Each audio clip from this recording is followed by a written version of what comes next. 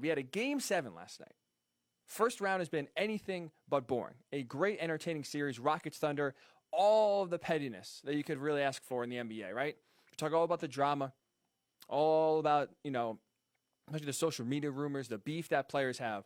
We have Chris Paul getting traded from the Thunder, or I should say, from the Rockets to the Thunder. Russell Westbrook coming back as the Rockets under Daryl Morey really try to retool and make a big run here for James Harden. And that all came to a head, of course, as they meet in the first round. 6 games go back and forth, and as we get a Game 7, the Rockets, by the skin in their teeth, get by the Thunder 104-102 in Game 7, and now get the reward of facing the Lakers on Friday night.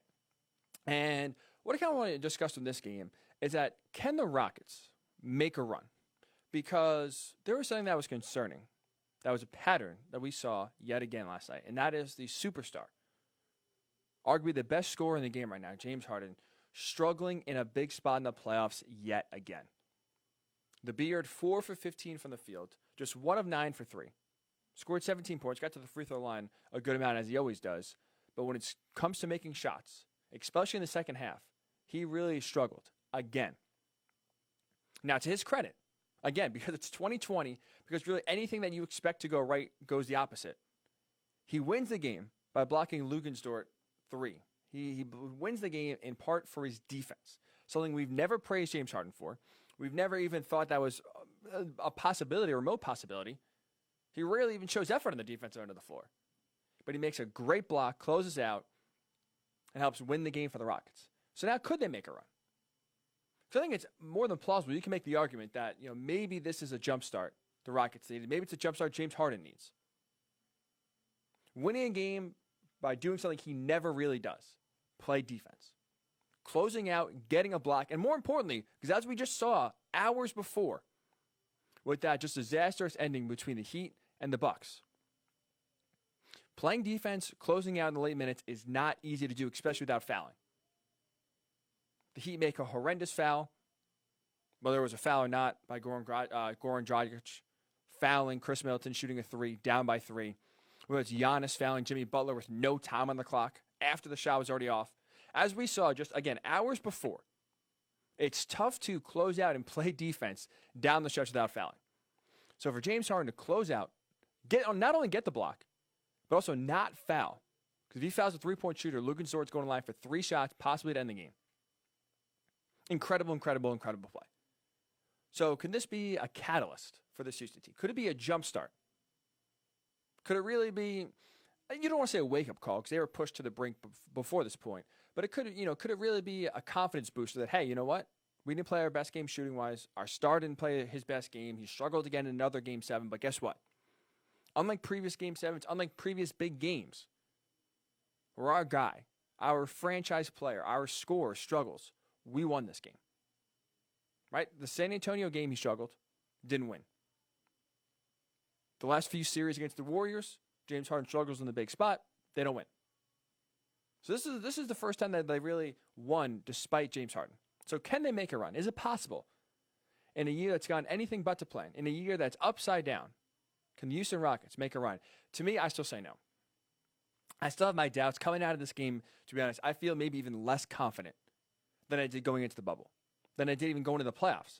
Because when we started previewing this series just about 2 weeks ago, the Rockets, I was on the bandwagon with a lot of people, not just myself, but there's a lot of analysts out there kind of finding themselves like intrigued by James Harden, intrigued by the Rockets. And for me, I thought a big boost and a big reason to buy into the Rockets this year compared to other years was because of the rest. Every year we see James Harden on the floor, barely comes off, and he's always among the league leaders in minutes played per game. And when it gets to the playoffs, when it gets to crunch time, you could tell he looks exhausted. And for a jump shooter, for a 3-point shooter, especially when your legs get tired, it's tough to have those shots go down. So in part, I thought, okay, 4 months off. You're playing 8 seeding games, but essentially you're coming into the playoffs almost like a brand new season. You're coming to the playoffs basically fresh. I was buying into that. But as you saw, old habits die hard. Another big game, and James Harden's offensive struggles show up yet again. And to be honest, there's really no other excuses, really no other excuse is a good word to put out there to say, you know what, this is the reason why he'll bounce back. I have zero confidence he's going to play one a big moment. And that's the reason why I still am not buying to the Rockets. Because sure, they got by the Thunder, a team that no one thought was even going to sniff the playoffs. On the broadcast last night, they repeated it over and over and over again. Coming into the season, right back in October, the Thunder had a 1% chance. I think it was 1.4 to be exact, percent chance of making the playoffs. They have a lot of young players. They lose Paul George. They lose Russell Westbrook. Basically, their entire team that they built 2 offseasons ago to try to make a run for the title is gone. They bring up Chris Paul basically as a salary dump with a bunch of young players, and they are galvanized. They play well. But even still, playing the best clutch minutes ever, shocking a lot of people. I still think, a lot of people are picking the Rockets. I don't think that we thought it was going to be this close to the series. And as you get to Game 7, as you get a big moment where you need your star, the best player on the court, to come through. Because as we see, the NBA is a star-driven league, especially in the playoffs. Your star does not come through. And again, this is not the first time. You go back to the 2018 Western Conference Finals. Game 7 against the Warriors. That historic, and historic for all the wrong reasons, historically bad shooting performance from 3 from the Rockets that night. James Harden, 2 of 13. They lose the game. Another terrible loss going back to Game 6 of the Western Conference semifinals a few years before against the Spurs. James Harden, 2 of 11, 10 points. Remember, he was seen at the strip club later that night. A lot of people were giving him grief for that. So he's shown time and time and time again when it comes to the big moment, where it's an elimination game in Game 6 with a chance to keep the season going, whether it's Game 7, win or go home, James Harden continues to shrink in the big moment. And I'm a James Harden fan. I want him to win.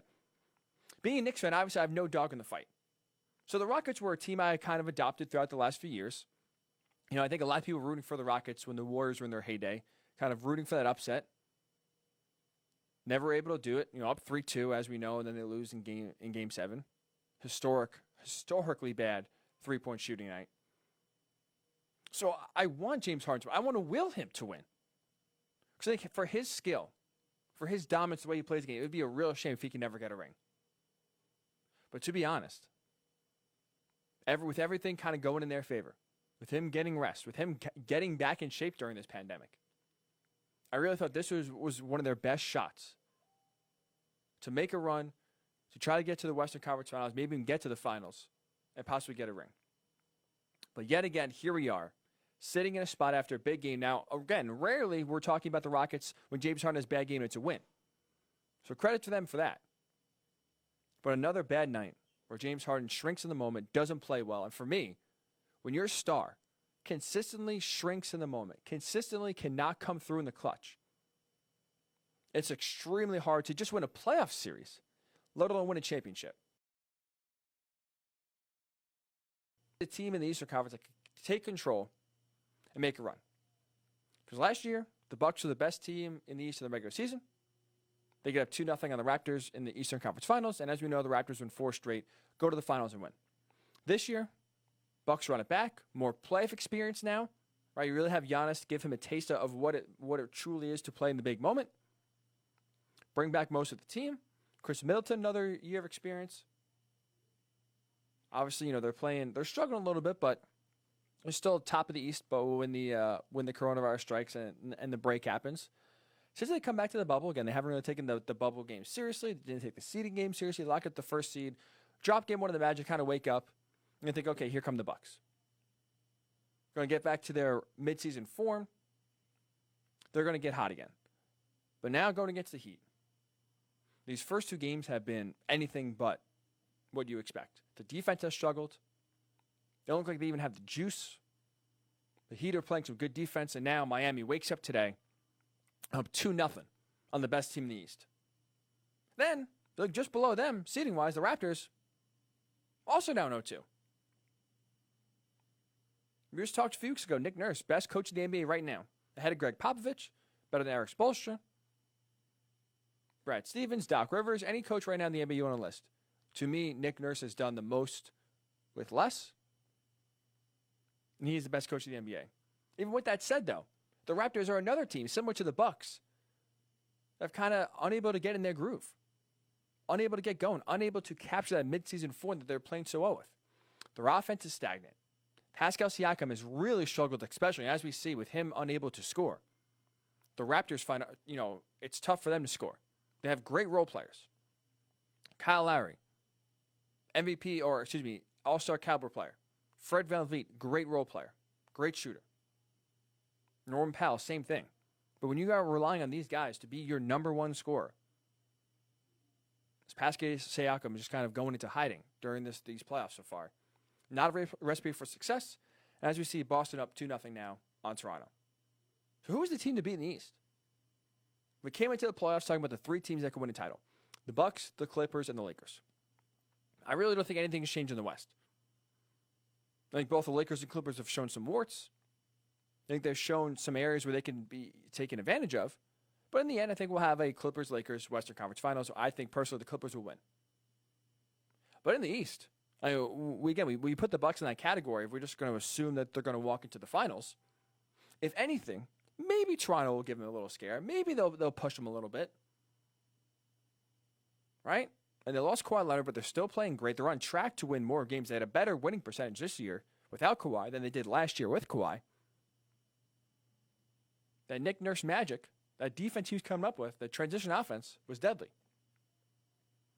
But now again, here we are, top two teams in the East, both down 0-2. Who's the team to beat? For me, the East goes to the Celtics. It's Boston's Eastern Conference to lose for a few reasons. Number one, speaking of star power, like we just were talking about the Rockets, you need your stars to play really well in the playoffs. And the Celtics have that. Jason Tatum, an emerging superstar, can really take over a game whenever he wants. In this series alone so far, or I should say in the playoffs, 4 against the Sixers, now 2 games so far against Toronto, averaging 27 points per game.